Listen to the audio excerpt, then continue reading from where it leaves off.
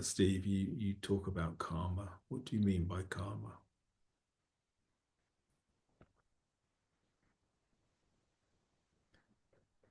The way that I understand karma um, has to align with what I've come to know about self-realization itself.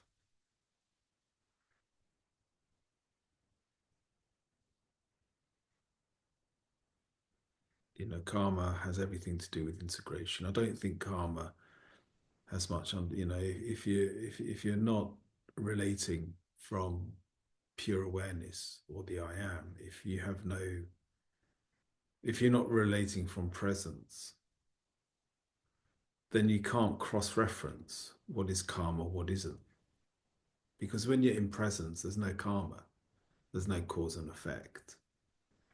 When you remain still and remain as I am, you'll see that in the I am, in the awareness resting in itself, that is the self, then there's no karma, there's no cause and effect.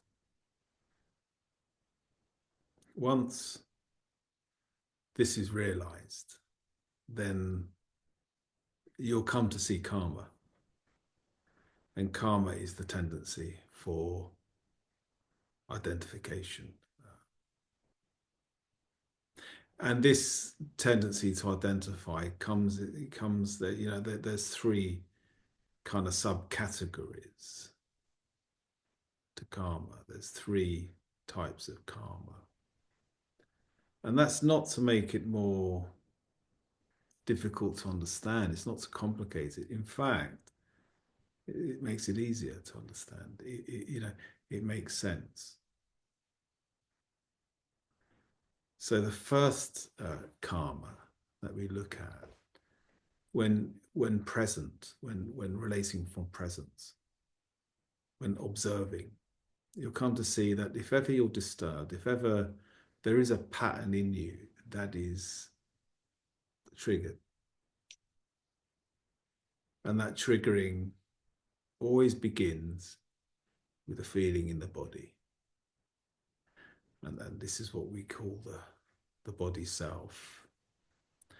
So if anything happens, if there's a slight disturbance, you'll feel the body close. You know how the body closes or it opens to things. If there's an aversion, there's an attraction. So the first line of karma is aversion and attraction, you could call it, which is how you instinctually um, respond to things.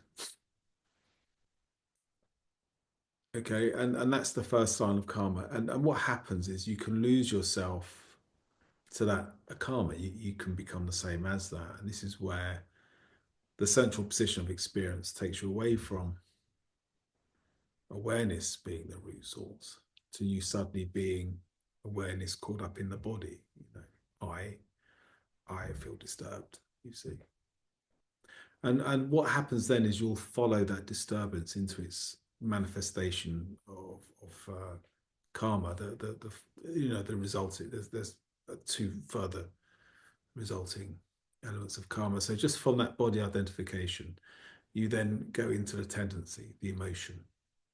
Okay, and the emotion is what we call the projection. If in psychology or in counseling or in therapy, we call that projection. Emotion is projection.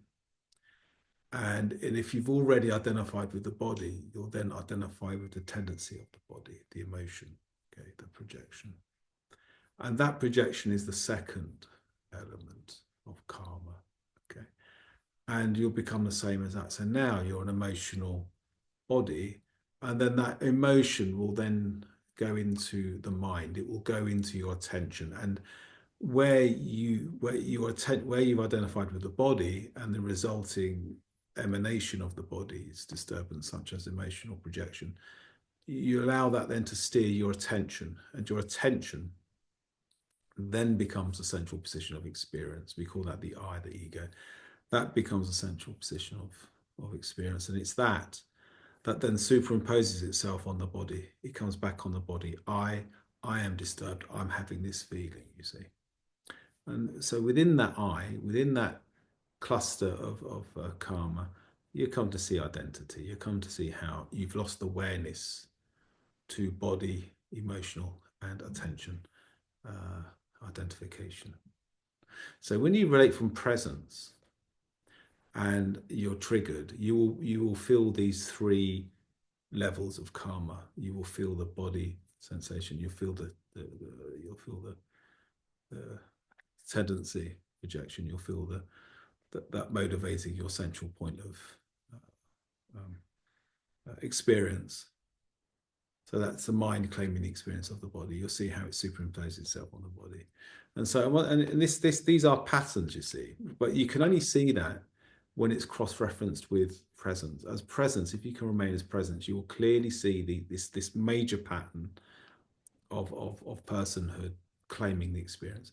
But you can see those three elements within it. So that's what karma is. It's identifying, it's losing yourself, it's losing presence to these three things. But the interesting thing is you cannot identify with the body and you'll see that that's the end of the karma. You can differentiate awareness from the body. You can then see that emotion that arises out of the body as a projection. You can say that is a projection. You're not identifying with that. But it's the attention. It's the attention. That's the pattern of doing. That's what we call the doership. And it's that likes to keep karma going. It's that maintains the karmic cycle. Okay. It's that pattern you need to, over time, that needs to burn through, that needs to go through its own dissolution in time, just through observation. There's no one doing this, you see.